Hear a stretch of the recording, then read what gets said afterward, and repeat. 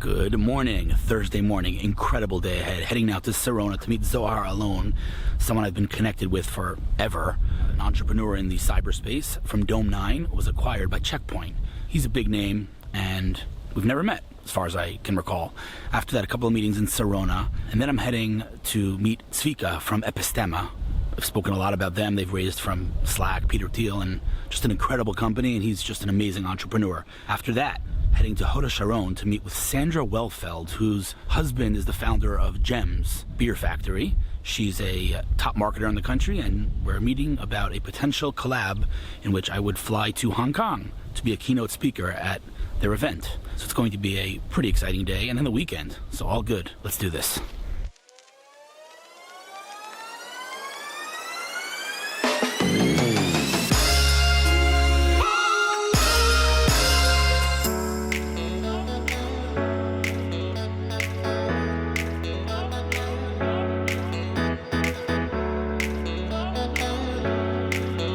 Made it to Sarona. Parking was not fun. Circled for a long time. Running to meet Zohar now. It is 10 a.m. and it is well over 100 degrees right now. It is so hot. So hot.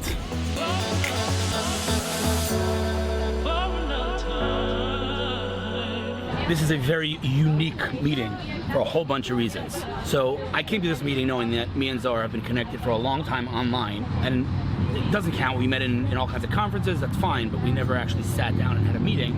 But I totally forgot that we actually connected in the early days of Twitter, which is awesome. Now, you've had quite a journey over the past 30 years, let's say. Is that fair to say? 25. 25 years. But it all kind of came to fruition, or the climax of your journey over the last 6 months. All right, let's start from the beginning. Who are you? What's your name?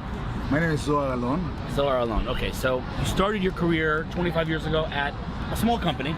At the time, Checkpoint. Checkpoint. So Checkpoint, is it fair to say Checkpoint is the, let's call it the flagship company in the cyber world? Absolutely. Okay, and the person who wrote the first code at Checkpoint, Marius Nach, is now the chairman of Emun, which is a leading VC in the life sciences space, which I love. The team, love their portfolio. I was at their summit last week. Big fan of Marius and of Emun. Marius was the one who hired me. He hired you, which is a story in and of itself, but not for now. I'll do that in our interview 2.0. But anyway, that was 25 years ago? Yeah, 96. Okay, 96. And you were there for how long? Almost 6.5 years. 6.5 years. You then left?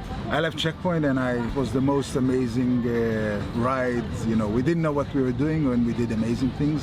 Okay. The company grew the market. We invented the market, you know. How much was the company worth when you worked there? It reached $30 billion in valuation. Oh, you ruined the punchline. How much was it worth then? No, the peak was in October 2000. Checkpoint was worth $30 billion. Okay. And when I joined, it was like 200 million. So it's 200 million, and now it's worth? About 20 billion. $20 billion. Okay. All right. So you left. You founded a couple of startups. Right. And then what year was Dome 9? Did you found Dome 9? Officially 2011. Okay. So let me just say one thing. Here, as a religious observant Jew, I believe that prophecy is not a thing in today's world. We don't have prophets walking around. But you're somewhat of a prophet, because now everyone and their mother understands what cloud computing is, but at the time, it wasn't a thing. It wasn't even called cloud. Okay, but you realize that companies are going to start going to the cloud, and they're going to be moving all of their databases and everything to the cloud, and that means cloud providers. And when you take your, and I'm trying to be as not geeky as possible, but when you take your computer environment, and you give it to someone else under their control, it creates all kinds of challenges. Exactly. So challenges that we didn't have before. Right, and you created Dome 9 that did what? That simplified that process. That what? The idea was how we enable that migration of compute databases to the ownership of somebody else, to the supervision of the cloud provider today. Mr. Jeff Bezos is one of the leading, and Mr. Gates is the other one. And how do we allow customers or users of this technology enjoy a safe and secure environment when they don't have control of the physical elements, the buildings, the servers, the networks, everything is accessible through a portal that you need to manage security through. And because it was a market that was forming, you couldn't really know what's going to happen. Right. Things like containers were not even invented. Things like serverless. Things like, as we move the storage as a service, all this amazing, huge market that so many Israeli startups work and enable, not just in the cyber world, in the storage world, in the optimization world, in the cost optimization world. It created so many opportunities. And as a security geek, we realized that this is going to be something that you would need. We were way too early to the market. So wait, I want to talk about that for 1 second. So the punchline is, 6 months ago you sold back to Checkpoint where you used to work for $200 million. Yes. Okay, now, many of you have heard this story. I know I heard the story. And you think, oh wow, Zohar, $200 million, big success, blah, blah, blah. What you don't realize, and I'm sure I only realize, as we say, the tip of the iceberg, are some of the things that led up to the day on which you sold your company for $200 million. How many times throughout the years since you founded Dome 9 until you sold the Checkpoint was the company on the verge of death? Almost three times. 3 times. 2 real times and one that we almost said, oh, we had enough. Right. To the point that, like, and you tell me, by the way, if you want me to edit this part out, maybe it's to the point that you had a term sheet from one of the world's leading investors, and one of your biggest customers backed out. Absolutely. This was. So, like, what do you do? Like, you have let me just explain what this means. You have one of the world's top investors, or not maybe the world's top investor, with a term sheet saying, I'm going to give you X amount of money based on your current business, and that day you get a phone call from your main customer that is responsible for what percentage of your revenue? Almost a quarter. A quarter of your revenue, saying, hey, we're pulling the plug. And you have a term sheet. You call up that, what do you do? And so you said something that I loved. You said, I'm sure your heart like froze, and you called up and you said, I was a mensch.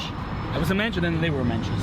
Tell me about that a little bit. If you treat your investors with the openness, you give back, you get back. This is the notion that, and what happened was that we explained that it was some external event that happened. We made sure that the customer was while he was pulling the plug on using us, he wasn't replacing us with another technology. Right. He was just taking things internally and changing some priorities. And we made sure that the customer will talk to that investor and explain what led to it. Right. Only 3 months after the fact, I got to know the real story, and then puzzle together. The puzzle, and then we realized it wasn't our fault, and it was a lot of internal stuff and politics and things beyond our control. But that investor, the minute we were open to him, and he already invested a lot of time in the process of validating us, and the story checked out, and we had yet another great quarter. Let's deal with it. It has the financial implication. We didn't get the same term sheet, but we managed to keep them engaged. And the thing is that this is an issue because you cannot go back to the VCs that you just told, no, I'm going to go with that investor, and said, will you consider me again, because you're going to get slaughtered, and rightfully so. So it was a critical point, and that's why treating your investors with openness and not hiding and really disclosing and sharing with them. Transparency goes a long way. By the way, just in one sentence, like from their perspective, the investor, they hear that a big customer backed out, they're worried. Forget the customer. I mean, you can replace the customer. They're worried maybe there's a problem with the technology. Yeah, you sell them the fact you're sticky. So how come your biggest customer is leaving you? You're not so sticky. Okay, so one more thing that you said that I loved is that you think all of us, we read about these entrepreneurs that sell for hundreds of exit, they're living the life, he's going to buy himself. And I said to him, so what's it like after exit? And he's like, oh, I'm working significantly harder. I'm working, how many hours a day do you work now? At least 16 hours a day, and you're just focused core like zoom on integrating into the new environment, making it a success. Somebody paid a lot of money, and you wanna first we have a Checkpoint is the perfect home for us.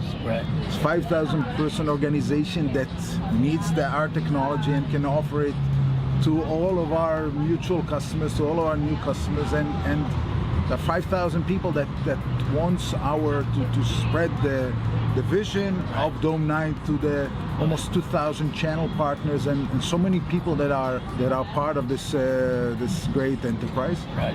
And you have to, it's a lot of it is my responsibility. Right. And one thing that you said that I told you have to write about, because I find it fascinating, is people don't think about this, but as the CEO of a company that gets acquired, you're the one whose life changes from edge to edge, because here you are king of your own startup, and now you're entering this massive enterprise worth $20-30 billion, and like everything changes for you. The other employees, they come to work every day. Yes, it's a different office, whatever, but your life, like your reporting structure, you have a board and you have a chairman that you interact with. Right.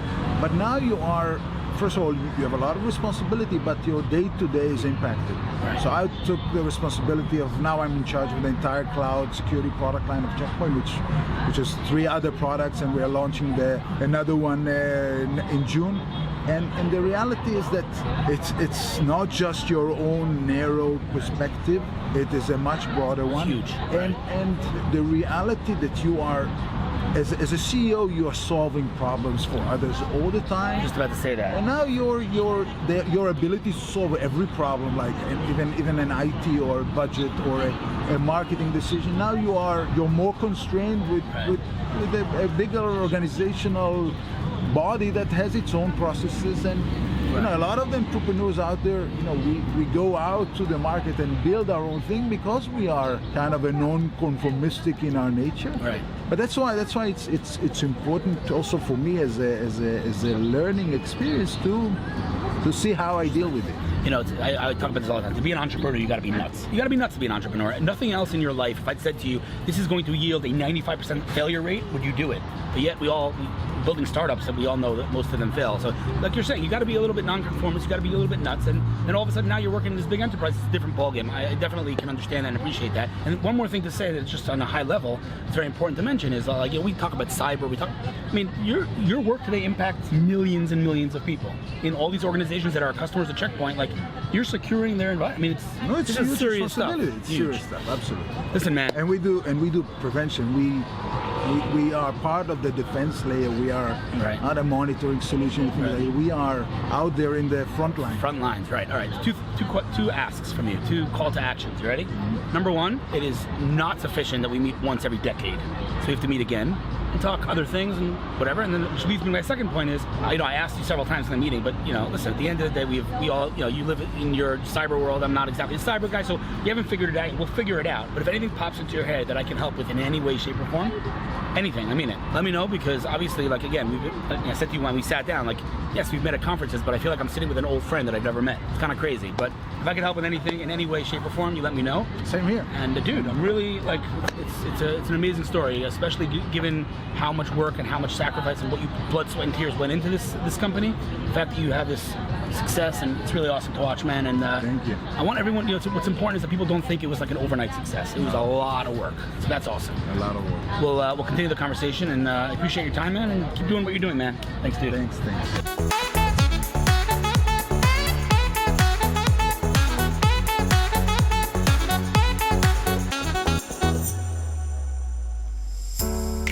I made it home. It is legitimately boiling hot. I don't know.